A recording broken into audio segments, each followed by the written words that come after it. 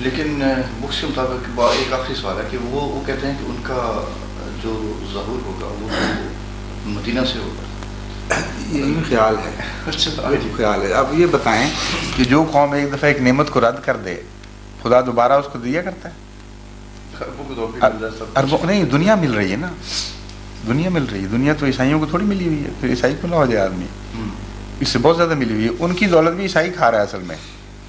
وہ تو اپنا گھر جلانے کے لیے استعمال کر رہے ہیں. اس دولت کا کیا فائدہ جو اپنا گھر پھونکے؟ سارا عرب کا تیل ہتھیاروں کی صورت میں یہود کو جا رہا ہے.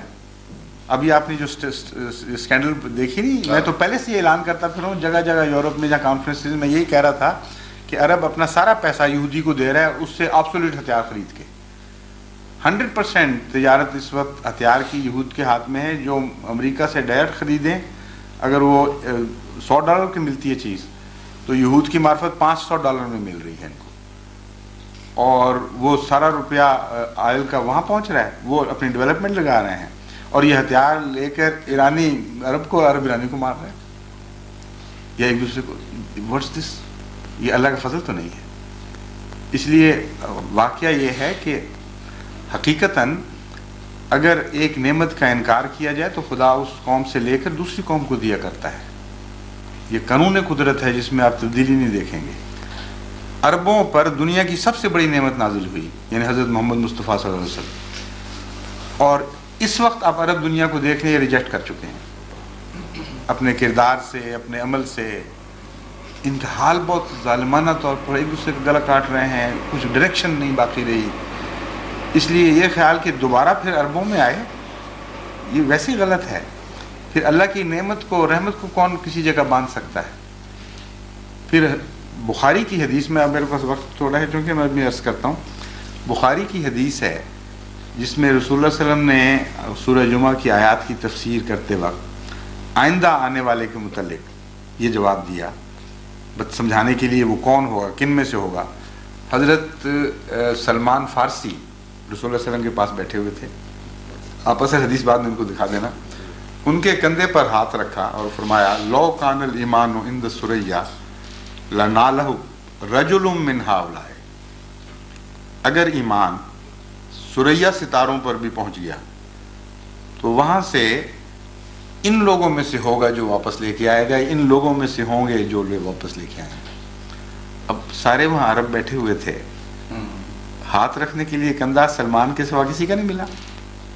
سوچنے کی بات ہے. ایک ہی اجمی تھا وہاں، اور رسول کریم صلی اللہ علیہ وسلم بجائے اس کے کہ کسی عرب کے کندھے پر ہاتھ رکھ کے فرماتے کہ ان میں سے آئیں گے وہ جو ایمان کو واپس لے کے آئیں گے، ایک اجمی فارسی کے کندھے پر ہاتھ رکھ دیا. اور یہ حدیث ہے بخاری کی اور تفسیر قرآن کریم کی ہو رہی. اس سے زیادہ قوی جوڑ کی حدیث مل نہیں سکتی آپ کو. تو آپ نے خود پیش گوئی فرمائی ہے کہ اگلی دفعہ غیر عرب ہوگا وہ، یا غیر عرب لوگ ہوں گے جن کو خدا چنے گا. اور مزید لطف کی بات یہ ہے کہ ان حدیثوں میں اور اس حدیث میں آپس میں ایک کمپرومائز کے لیے جن میں سید ہونے کا، اہل بیت ہونے کا ذکر ہے. بعض حدیثوں میں اہل بیت ہونے کا بھی ذکر ملتا ہے، اور خصوصاً شیعہ اس پر بڑا سٹریس دیتے ہیں، اور سنی مسلمان بھی، چونکہ حضرت مسیح علیہ السلام ہمارے بانی جماعت احمدیہ سید نہیں تھے قومی لحاظ سے، اس لیے وہ یہ بھی اعتراض کرتے ہیں کہ وہ پیشگوئی غلط نکلی.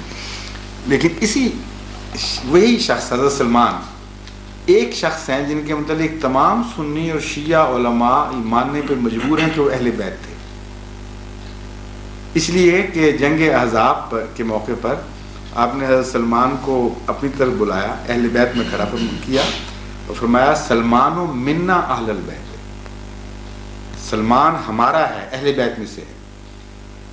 اس وجہ سے شیعہ جو اتنے متشدد ہیں خونی رشتہ ہونے میں، وہ بھی اہل بیت کی فہرست میں حضرت سلمان فارسی کو ماننے میں داخل کرنے میں مجبور ہو گئے.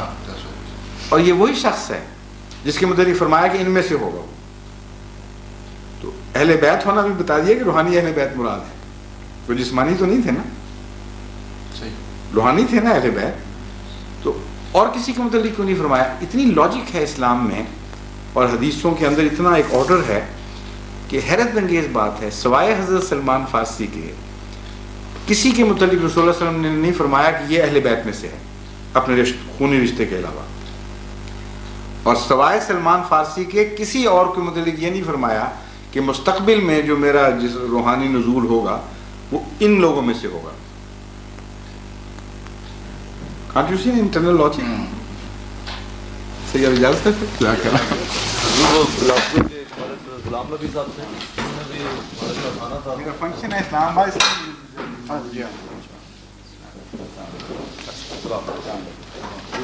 میں اس لیے شروع میں دیر کر دی، میں چاہتا تھا